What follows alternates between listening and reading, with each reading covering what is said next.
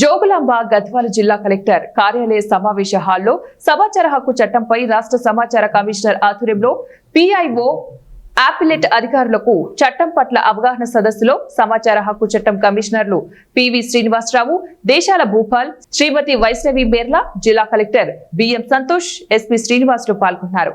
ఈ సందర్భంగా సమాచార హక్కు చట్టం కమిషనర్ పివి శ్రీనివాసరావు మాట్లాడుతూ సమాచార హక్కు చట్టం పౌరులకు పారదర్శకత, బాధ్యతాయుత పరిపాలన అందించడంలో కీలకమైన సాధనమని తెలిపారు.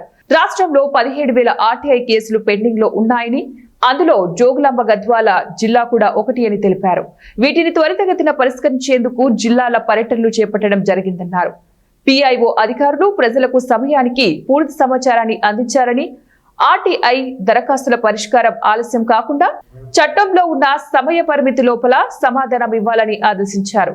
అధికారులు చట్టం పట్ల భయం వీడినాడి నిర్భయంగా యాక్ట్ ప్రకారం అడిగిన సమాచారాన్ని నిర్ణీత సమయంలోగా అందజేయాలని, ఆర్టీఐ చట్టాన్ని సక్రమంగా అమలు చేస్తే అవినీతి తగ్గిపోతుందని, ప్రజల్లో ప్రభుత్వంపై నమ్మకం పెరుగుతోందని అన్నారు.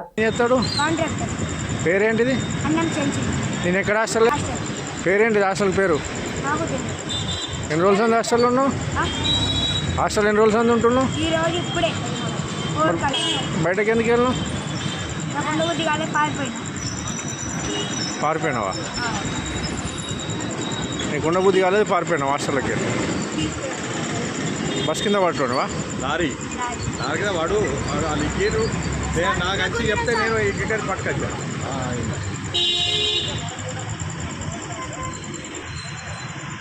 అన్నం చేయటం 6th క్లాస్